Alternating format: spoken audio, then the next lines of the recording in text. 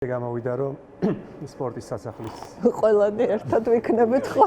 ეს ფიქრის შემოქმედებითი ინდუსტრიაც შეუერთდება ხელოვანებს არ არის შორს ეს ორი ინდუსტრია და ყველაზე ისეთი მარში იქნება ერთ-ერთი ყველაზე მრავალფეროვანი ყოველ შემთხვევაში, იმიტომ რომ ხალხმრავალიც იმედია რა.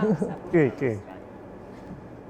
ხო, ხვალ ძალიან ესეთი საინტერესო არის ერთი რომ ძალიან სიმბოლური თარიღი არის, რომელიც გვახსენებს, რომ ეს ჩვენი საუკუნოვანი ბრძოლა კიდე გრძელდება და ის ეგზისტენციალური საფრთხეები, რაც ჰქონდა 100 და კიდე მეტი წლის წინ, დღესაც თავის ფორმით აქტუალურია და კი ახლა საქართველოს ისტორიასაც რო გადავხედოთ, რაღაც თავისუფლებისთვის ბრძოლა გაზდევს ხაზად და შეიძლება კონტექსტები იცვლებოდა, რაღაცა ისტორიული წიაღისეულები იცვლებოდა, მაგრამ თავისუფლებისთვის ბრძოლა არის რაღაცა ქართველი ხალხის თითქოს დნმ-ში და ეს ბრძოლა გრძელდება. გაფიცვას რაც შეეხება, ქონდა ჩვენ ამის საინტერესო პრეცედენტი უკვე 15 იანვარს და რა დაგვანახა ამ გაფიცვამ დაგვანახა, რომ მიუხედავად იმისა, ზოგადად ბიზნესი და კერძო სექტორი თვითონ როგორ გამოხატავს პროტესტს და რამდენად აქტიური არის ამ ნაწილში, დავინახეთ ბევრი ისეთი კომპანია, რომელიც ერთი შეხედვით არ იყო რაღაცა პროტესტო მოგზაურობაში აქტიურად ჩართული, თუმცა მათი თანამშრომლები გამოვიდნენ და დააფიქსირეს და ეს კიდე ერთი შეხსენება იყო იმისთვის, რომ გაცილებით მეტნი ვართ და გაცილებით დიდი არის ეს პროტესტი, ვიდრე ეს ერთი შეხედვით შეიძლება ჩანდეს. ხვალ იმდენად მნიშვნელოვანი თარიღია და ძალიან ესეთი საინტერესო და მრავალფეროვნად არის გადანაწილებული ეს ლოკაციებიც. მგონია რომ კიდევ ერთხელ ეს მასშტაბური გაფიცვა შედგება და შემდეგ რაღაცა მარშებით დაგვირგვინდება, საბოლოოდ ისევ და ისევ ტრადიციულ ლოკაციაზე, რუსთაველზეც.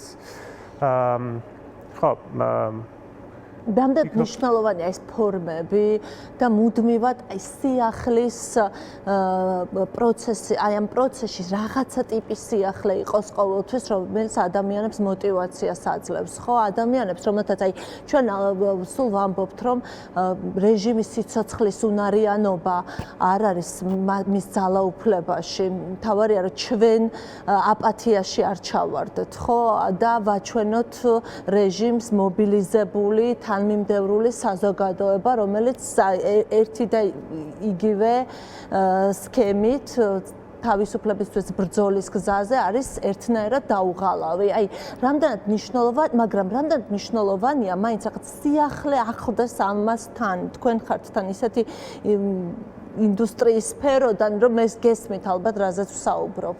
რომ ეს იყოს საინტერესო, ეს იყოს მოტივატორი იყოს ადამიანებისთვის გარეთ ქუჩაში გასვლა და ბრძოლა. კი, ამ ხანგრძლივმა პროტესტმა, აგერ უკვე სამთვიანმა უწყვეტმა პროტესტმა დაგვანახა, რომ ეს ფორმები მუდმივად იცვლება, არის მრავალფეროვანი, არის რაღაცა შემოქმედებითი და ეს მნიშვნელოვანია, იმიტომ რომ ხშირად არის ხოლმე რაღაცა განსაკუთრებით რაღაც სიცივეებთან დაკავშირებით იყო ხოლმე ყოველთვის ეგ შიში, რომ აიმე პროტესტის ტალღა ხო არ მინელდა, მაგრამ შემდეგ რაღაცა კონკრეტულ ღონისძიებებზე, როცა ბევრნი ვართ ისევ და დავინახავთ ერთმანეთს, ხედავთ, რომ არა, ეს პროტესტი ვერ მინელდება უბრალოდ იმიტომ, რომ ხალხი არის გულწრფელად გაბრაზებული, იბრძვის საკუთარი მომავლისთვის და შესაბამისად ბევრნი ვართ და ბევრნი ვიქნებით. ამიტომ ასეთი დღეები მნიშვნელოვანი არის.